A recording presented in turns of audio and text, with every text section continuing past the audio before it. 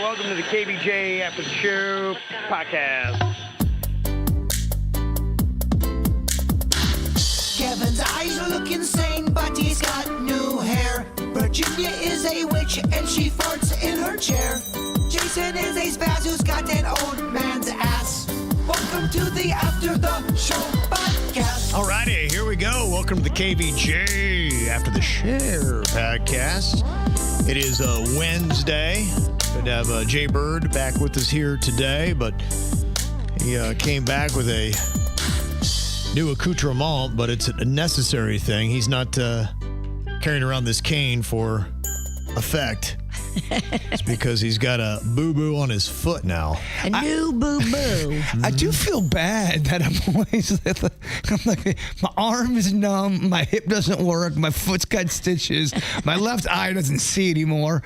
I'm not trying to annoy the good people who listen to this program. I'm trying to, when I go into Denny's room, that's where I'm trying to lay and not look like I'm in pain because people are getting depressed watching me. Oh, no. Oh, man. I know. Like, I can't watch you look like this, Bird. I'm like, oh, fuck. You're making me drink. Yeah, well, you look terrible and you're making me sad. Leave the room. That is tough. Well, today's National Gorgeous Grandma Day, and we're going to be showcasing some hot grannies. If you are one or know one, send us an email ASAP, mail at kvjshow.com. This afternoon, we're going to put it together. So this evening when you're home, you'll be able to see something where we display some of the hottest grandmas we have listening to KVJ. Love it. Yeah, it'd be fun to show that off. Yeah, You know what they call a hot grandma? A gilf. Yeah. Okay. I'm not trying to make it weird. Yeah. Got their own little name, huh? Just go easy on her. Just go easy Right. on poor grandma. Yeah. I'm not sure how much grandma can take. Good idea. Well, we talked a good bit today about the passing of Ozzy Osbourne, a true legend, died at the age of 76. Kind of took a lot of people by surprise. Didn't really see that happen. I think you're more surprised because he just performed a concert 2 weeks ago. Like a rock star was Yeah. up there in debilitating health. Yeah. He didn't look like he was about to go. No, he did not. I mean, he looked like a guy. Clearly, it's been wearing him down. He's had Parkinson's. I think it's 4 or 5 years he's been dealing with that. Not to mention, too, if you remember all the way back, I think it was 2003, he had that ATV accident when they were doing the Osbournes, and he jacked himself up really bad on that. I think he had another fall after that. So he's had all kinds of spinal issues and nerve issues and been in a lot of pain and then dealing with Parkinson's on top of it. And then just on, being a guy over 70, it's kind of like Bird over there. His 76 years were hard. They were, absolutely. Yeah, the way he lived, it's unreal. I mean, there probably some point in the early 80s, you would have said, is Ozzy Osbourne going to make it into his 70s? You'd be like, absolutely not. He's going to make it into his 40s. So for him to have that length of life and for it to go the way that it did, pretty impressive. What are your thoughts? I mean, I know no one wants to pass away. They want to be on this planet for, a good long time. Do you feel like 76 is a good run on this rock? Yeah, life expectancy, at least in America, I think it's right about that mark. I think it's like 74, 76 for men, something like that. And I know he lived at least a good part of his time in England, but they did have the house in L.A., so he was here a bit.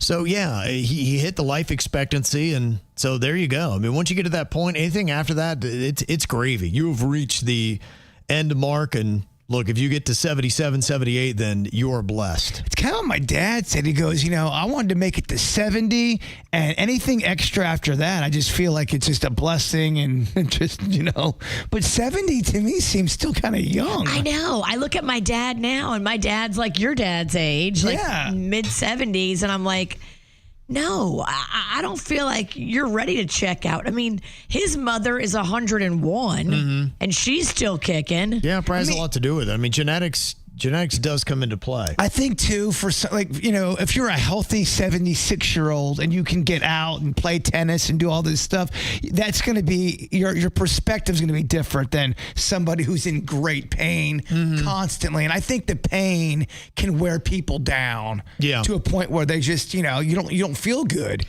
I think with a lot of people, I can tell you with my grandma Beulah, and her mom lived, I think, to right around 100, somewhere around there. She was well into her 90s, and Grandma Beulah didn't make it. She was getting close to her 90s. for her, I talked about the desire to be there. She was just kind of over it. She was done with it. And I think really your drive and how you feel about it. And what got her was she looked around and everybody really that she knew was gone. I mean, she had her son and I was there, but she was in West Virginia. And so, her sister was gone. And I think, no, actually her sister was still around, but she was in a different place. But she had just said, look, I'm over it. I've lived my life and I'm ready. And when she kind of mentally made that decision, then that was it. But, look, you're entitled. If you feel like, all right, I think I've done everything I need to do, I'm ready to go. I've been places and I was ready to go. I'm like, can we get out of here? I just want to get, just tired. I'm checking out of that big place. Yeah, exactly. So I get it. If you're just like, you may come to that big, no. You know what? For me, it's like, I'm ready to go. I'm ready to take a long nap. I was just at a place over the weekend where I go, you know what? I'm ready to go. Yeah. So, that might be it. So I think just amazing. And what's really so great about him too, look, it's the one thing where, they say Father Time is undefeated, and it is. If you're a person, you are going to face death one day. But to go out with a great story and him to do that tour the way he did, embrace his fans, he wanted to tell them thank you one more time. He put in, considering his condition 2 weeks from death, unbelievable what he was able to do and how it sounded. You could hear it in his voice that he was close to the end. He was tired, y'all. But he still, for his condition, sounded amazing. He really did. And it's a storybook thing for him to perform the way he did, to have that benefit concert, to set a record for the money raised, almost $200 million, and then cash out. And when you see the pictures of those fans and the video of those fans in the crowd watching him, I mean, they're crying. Yeah. They're emotionally invested. And because he went out doing it right. It hit me for a second today when we played Mom, I'm Coming Home, the final performance, and I was getting a little choked up myself. So I was just like, it's unreal. It's amazing. Storybook ending. And he even said, when I think the last song might have been Iron Man or something like that, he even said, he's like, this is my last song, and he called it out. He just, I think he knew this is the last, and he talked about everything he did to get high in life with the drugs and the alcohol and everything he did. And he said, nothing even came close to being on stage and performing for my fans. He said, that was my ultimate high. And I think that's where he was able to kind of finally get away from the drugs and alcohol. He said, my body's decided you do one or the other. What's it going to be? And he said, I love performing much more. So I'm going to do what I have to do and try to take as good a care of my body as I can to get on stage. You can't sustain that lifestyle. No, you can't. You just can't. No, you really can't. I did see kind of what Virginia was referencing. She was like, well, did he commit, was it suicide? Does he have a little suicide pact with Sharon Osbourne? There was a story that came out 2007. Sharon Osbourne, she had a memoir. And she said that her and Ozzy would seek assisted suicide in Switzerland if they developed brain illnesses like dementia. And she reaffirmed this account in various interviews. And they both reiterated a pact in a 2023 podcast, citing a desire to avoid physical and mental suffering. Now, their daughter Kelly is since denying the pact, said it was attention-seeking, called it complete bullshit. But, Sharon and Ozzy kind of remained firm about their stance through the years. And I do get that. Look, I would not want to live with that either. I would be the same way. And they're getting there with those pods they've kind of created. I saw one couple where one of them had a terminal illness and they were going to start they knew it. This illness takes you out and fast, and it's not a good ending. And her and her husband, that was their story. I don't know if they've gone through with it yet, but they were going to go to Switzerland, go out into the woods, have their favorite meal, and then they were going to get in this pod that was out in the woods, and then you just hit a button, and I guess it deprives you of, oxygen, but it's not anything horrific. It's you get tired. You go sleep. You go to sleep, and that was it. And he didn't want to live without her. He could have gone on. Damn. Yeah, and that it breaks my heart for him because, if you don't have the brain disease, I think you should go on. Well, that is a question. Some people, I think, just become so attached with the person they're with. They're just like, I don't want to live a day without you. And to me, that's powerful, isn't it? If you can find somebody like that you would say, to me, I think if you have kids, you go on living for them. Yes. And that's where I am. And that's why when I heard that, I'm like, Sharon's not going to, considering her daughter's about to get married and, there's probably, more grandkids on the way and things like that. I think she'll continue living for Ozzy.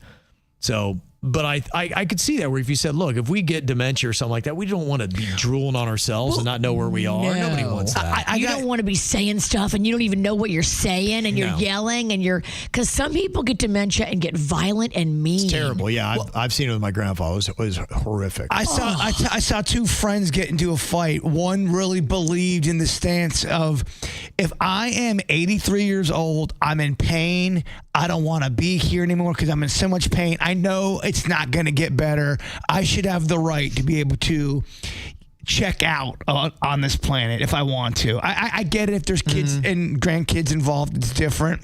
And the other guy was like, you do not do that. That's wrong. It's morally wrong. You do not. The guy's like, I don't want to fucking live in pain, being 83, barely being able to blink. And I sided with the guy who, if he wanted to check out and he was in pain, say that's his right. I think everybody should make their choice. Yeah. It just makes me a little sad when people do a pact and one of them's not sick. You drink it first. You drink this first. Yeah, I'd be like, you drink it first. I'm right behind you, Ozzy, and then not drink it. Yeah, that's why that couple, that's what's the testimony. You both get in the pot at the same time. You both hit your button, and there you go. And I guess it's maybe just one. You hit it together, and that shit sounds like a Black Mirror episode. I don't like it. No. I just think the healthy person, it breaks my heart. I think that as well. And to me, I think we all should have the right to end it the way we want. Really do. I'm all about your free choice. I think that God gave us all free will, and you can make bad decisions and good decisions, and God knew that, but he let you do it. So I wouldn't say it's a good decision, but I think you deserve that right. Yeah, and I don't want people to get it twisted. I'm talking about people who are in legit pain. They know it's not going to get better, and they're just every second. They go, I can't go through this anymore. Yeah, I could get why you'd be there because you're just a shell of a human. There's no enjoyment in whatever's going on, and a lot of times too, you just rack up the bills. Being in a nursing home or something like that. It just assisted living ain't cheap. You drain any kind of money that your family was going to have just to keep you drooling on yourself. I think I got charged for a bill just by driving by a doctor's office the other day. The drive-by fee. I mean, it's just you looked at us, fee. Holy shit, man! The medical, it's a lot of money. It is. So if you get to that point, who knows? We might get to a place where they say, yeah, a pod like this, it is just like going to sleep. There's no pain. There's no nothing. You just fall asleep like you're tired. You're taking a gummy, and you go take your dirt nap. It'd be interesting to see if we ever get to that point in the U.S. And all of a sudden, I hear, oh, fuck, this thing's being jammed.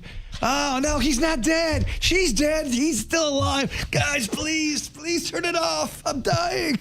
Oh, God. It jams up. It's gruesome. That is very gruesome. Sorry, I know. It's terrible. I don't know what to tell you. I don't know if we needed that recreation. I should say. Yeah, all right, shut up, Bert. I'm too soft from what you just did. I know, it's too dramatic. I'm sorry.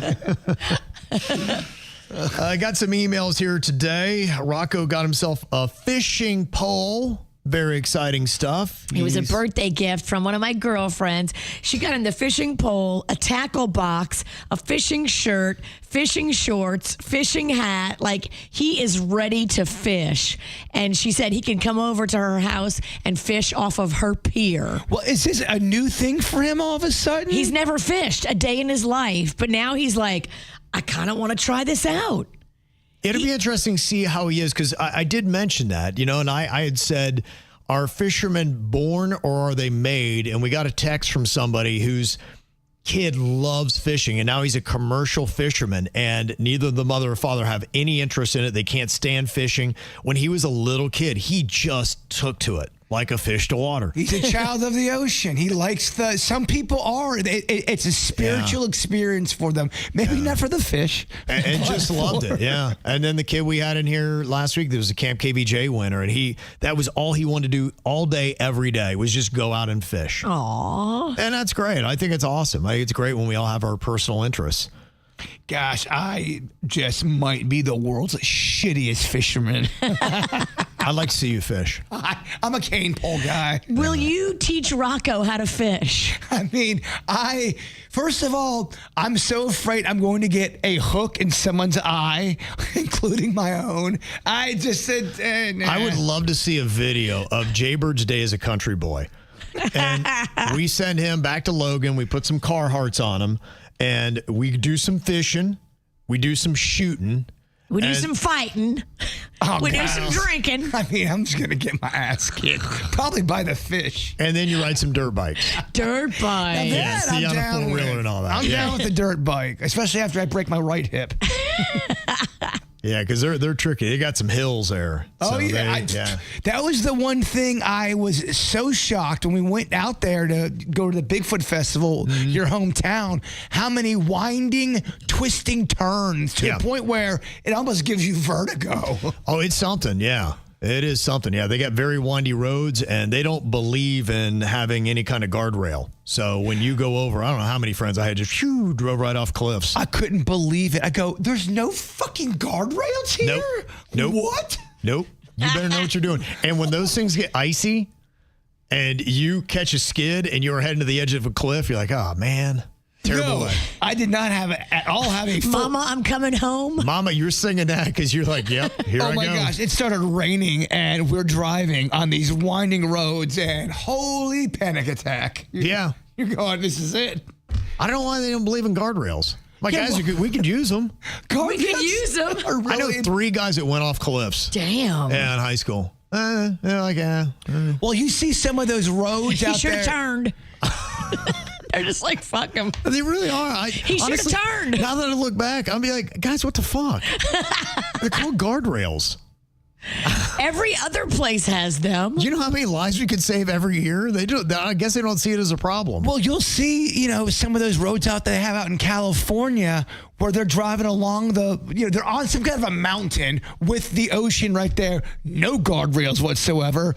Twist turns. People have to die all the time on that shit. Oh, I know. Yeah, they do. They do. Yeah, it's something. Yeah, I think that'd be a fun video, though. Just going through I got to take you hunting, too. That's a whole. Yeah. That's a whole other thing. Boy, deer hunting week. Oh, I'm such a pussy. There's no way I could ever shoot a deer. He wouldn't be able to. He'd start crying. I would cry if I would too. If someone asked me to shoot a deer, I would never be able to do it. I'm not here trying to judge morals or anything like that. I know how I am. I would not take it well if I had to shoot a deer. Well, then you got to clean it. Oh, yeah. And then when you take down your first deer, for some reason they wipe blood all over your face. Oh my God. Yeah, you drink blood. I remember in Red Dawn. I don't know drinking. I don't know if anybody drank it, but they smeared it on your face. That might be more intense than where I'm from. Maybe they did. I learned it in Red Dawn. I think they drink the beer. Or they drink the blood. Really? Yeah, that's a scene. I'll send you a link. Okay. I can't. I'm sure you can't wait for the Red Dawn link I'm going to send you. Do not send it to me. I can't wait for the link of Jaybird being a country boy for a weekend. That would be amazing. You could take him out to Chobe. You could take me out That's back. true. Yeah, I think they do about everything out there in old Chobe. Yeah, I know. That's where we go do our shooting.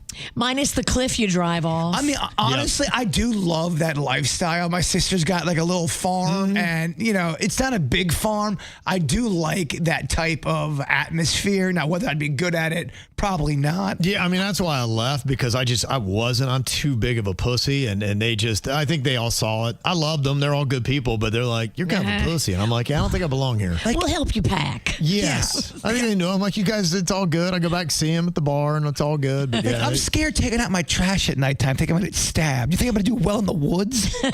Yeah. Yeah, I think country boys are born, too. I think you're right. Yeah. Come right out of the womb and just love it. So as we were talking about fishing, you're going for the saying about, you can fish for a day or something like that. It didn't go well, so Chris wanted to finish it off. It says, the saying goes, give a man a fish, you feed him for the night. Teach a man to fish, and you feed him for a lifetime. That's what it is. We were not close. I bet you any money, though, if Rocco gets into fishing, He will name 7,000 fish. He'll do the research, and I bet you any money he learns about fish. Totally. If he likes it. If he likes it. He is very polarizing. If he likes something, he's 100%. But if he doesn't like it, you're not making him do it. I just feel like there's an age for kids, if they're really into something, their memory on the recall of it. For example, that's how I learned every baseball player from the baseball cards, because I was so into it. Yeah. But if you're not into it, you're not going to remember shit. Right. How much does he like fishing? I would be surprised if he likes it, but that's why I think it's going to be interesting to see if your son does like it, because everything that I see in his personality right now, it seems like a conflict. Because when I went out there, I like being inside in the AC. It's so hot. There's so many freaking bugs all over you. You got fish blood and guts and ooze and shit, and then you're hooking yourself, and it's just, I'm like, God, this is miserable. You don't mind eating the fish, maybe not catching it. Yeah, but then it's got to be prepared in a, fifi way, and, so. Well, that's why I hated all these guys. I was up at Tallahassee at FSU, and they were having this big shuck party, shucking oysters, and everyone was just blowing oysters, how much fun it was. And I get there and I go, this is fucking miserable. All this work for this little sea hair of a piece of, no, not for me. Yeah, that's a lot. But they loved it. They were so into it. Mm-hmm. I appreciate the honesty on this email from Ethan. He said, am I the only adult that sometimes struggles with Denny's or Animal? Oh. No, you're not. You are not.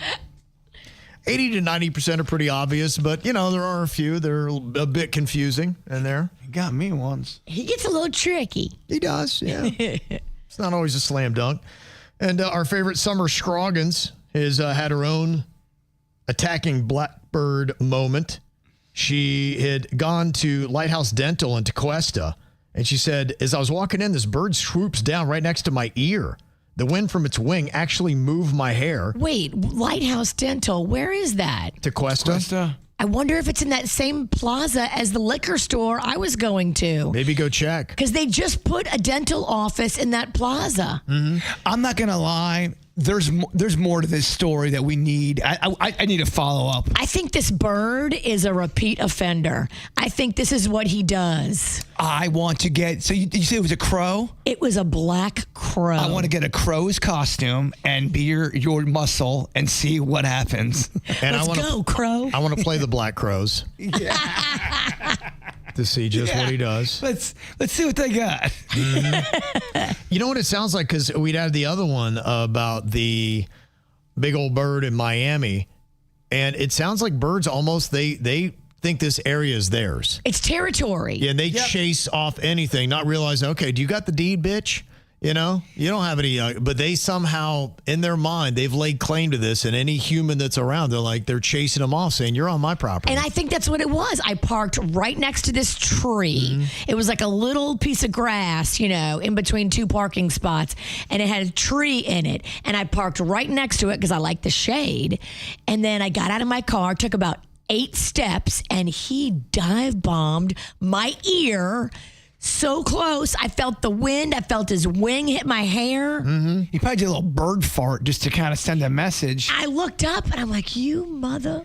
And I saw him clear as day. It was a black crow. That's what was crazy about that. I told y'all we were filming out in the woods and we could not figure out the smallest little bird was just bowing up to us and did not give a shit that there were 5 dudes there and kept on like fake flying at us, and then it would stop. And we realized it was protecting its babies. We had no idea there was a nest there. Nest. I looked for a nest. There was no nest in this tree where I parked. But I looked. The respect I had of this bird being, it was so small and said, I don't give a fuck. You guys are not coming around here. Mm-hmm.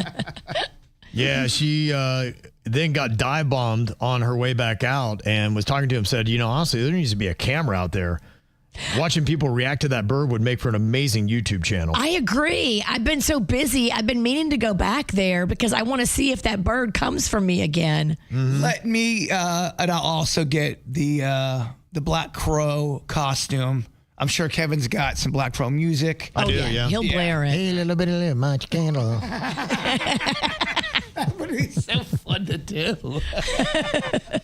And Summer said if you look at the roof of that place, it looks like somebody has tried to deter it with fake owl statues, but they didn't even take the tags off of it. And the bird's just completely ignoring it. Oh, dude, pretty hilarious, there's actually. so many fake owls at my liquor store, and you'll see a fake owl set up to like scare away whatever, and the next day, the owl head's stolen. It's decapitated. The birds attacked it. Yeah, Brian's saying there is a liquor store in that plaza, so it might be the same bird is attacking more than just you. I think it might be the same bird. I want to think that the newest dental place in Tequesta is probably right there. It's a Publix. It's a liquor store. It's a little pizza joint. Why am I so into this store? I need another. I'm in. This bird, I'm so stupid. I forgot about it because I went in the liquor store and I got all distracted by liquor and I was all excited. And I was in there for a while. You know, I shop in bulk. So I walk out and I have my heavy bags and I'm not thinking. And he dive bombed me again on the way back to my car. Like he remembered me. He got you twice. He got me twice because of where I parked. Yeah, that's what they're saying is I think it's especially the crows are very intelligent. They do hold grudges and they have memories. They remember you specifically. Kind of reminds me of Virginia. I mean, I am going to get out of my car with a ball bat. Like, in a way, you're holding a grudge towards a bird that has a grudge. Yes. Yeah. We have dueling grudges. It's amazing. Well, we're going to have a very large crow walking around. I'm sorry, limping around. He's a crow with a limp. Mm-hmm. And Alberto letting us know that the school traffic cameras here in Miami-Dade don't just give you tickets for school hours. They also send you a speeding ticket if you go past the regular posted speed limit after school hours. Really? That's insane. I didn't know that because they're putting them up in Boca. So it's 20 day or night? It is. It depends. Like he said, this was a 30-mile-per-hour school zone. When the school zone lights are not in use and the camera will catch you going above that, they'll send you a ticket. And in Boca, I think it's 10 over. You'll get a ticket. Doesn't take any points off your license or put them on your license.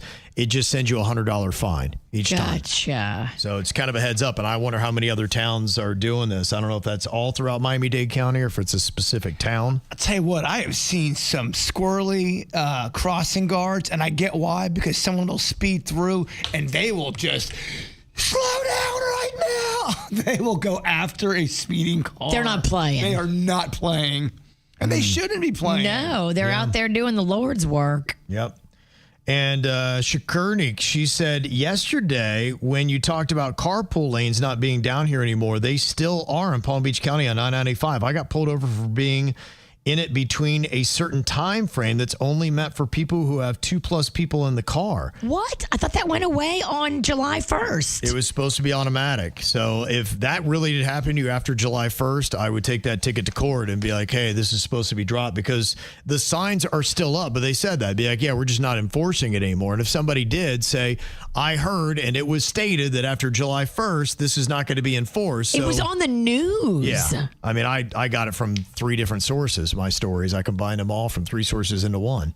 And they all said the same thing. What date did you get your ticket, girl? That's exactly it. So if it's after July 1st, I'd take that to court and be like, all right, I'm not paying this. Why are there so many mixed messages? Well, who knows? Yeah, I'd like to find out what was the date she got that. And then if she did get it after July 1st, I would like to know from them what the hell's going on. Either way, just know it's political. No, I'm just kidding. Good Lord. Yeah, it is. So I would tell you take the Tri-Rail, but it looks like that might be going away as well. Really? At least having some problems. I don't know. It's kind of crazy. I don't know exactly how serious this is, but they say that Florida Department of Transportation is cutting its contribution to Tri-Rail by $27 million starting in July, so about any day now, I guess. They're going to give just $15 million, and so now they're hoping that maybe Palm Beach, Broward, and Miami-Dade will give $10 million each to try to save it.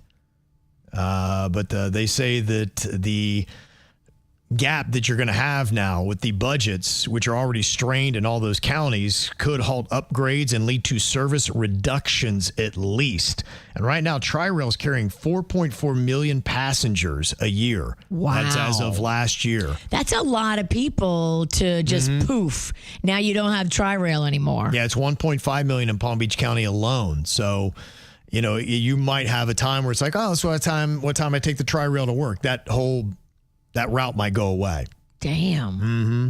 So they got to do that. And I don't know if Brightline will pick up. They did see a bit of an increase in South Florida ridership by 7%, but I know they're struggling financially as well. So commuting in South Florida, it's an issue. It really is. They've got to get something better because we keep building these big-ass damn cities, and everybody's going to wind up like Aventura. And we need more low-cost choices like the Tri-Rail. Right. Because the Brightline is not affordable if you have to take it every day. You need less people driving, not more, or you got to say we can't build cities like Aventura with big-ass buildings and tiny-ass roads. You're right. It doesn't work out. I know it's slightly off topic, but since I was a kid, on my bucket list, I've always wanted to jump on a moving freight train. You know what I'm talking about? Like where the door is open. What the fuck is the matter with You you? jump in there. There's some guy in there as well. Yeah. He's got a bag. You are not Tom Cruise. Slow your roll. What about him doesn't look like Tom Cruise? I'm Tom. You're Tom Bruise. or Tom Booze. Any of them work. Oh my God. Mm-hmm. No, you can't do that. Kevin, tell him no. I know. I'm not going to jump on a freight train. They got drones watching all the subways, like in New York, because a lot of them go above ground. And people used to always love to get on top of those trains and subway jump, but now they're busting them with drones. Yeah, they're busting so much shit with drones now. Drones are everywhere. I'm not sure how accurate it is, but they're saying they're making drones, you can't even see in the sky, that if you were to bring out your phone or any kind of card, they can do face recognition like that, and you'd never even know. The drone reads my phone? The drone reads your phone and won't leave you alone. Damn, I'm screwed. Mm-hmm. Now, I'm only like 45% sure that's accurate. So Tyler sent in this photo. I'll show it to you real quick here on KVJ TV.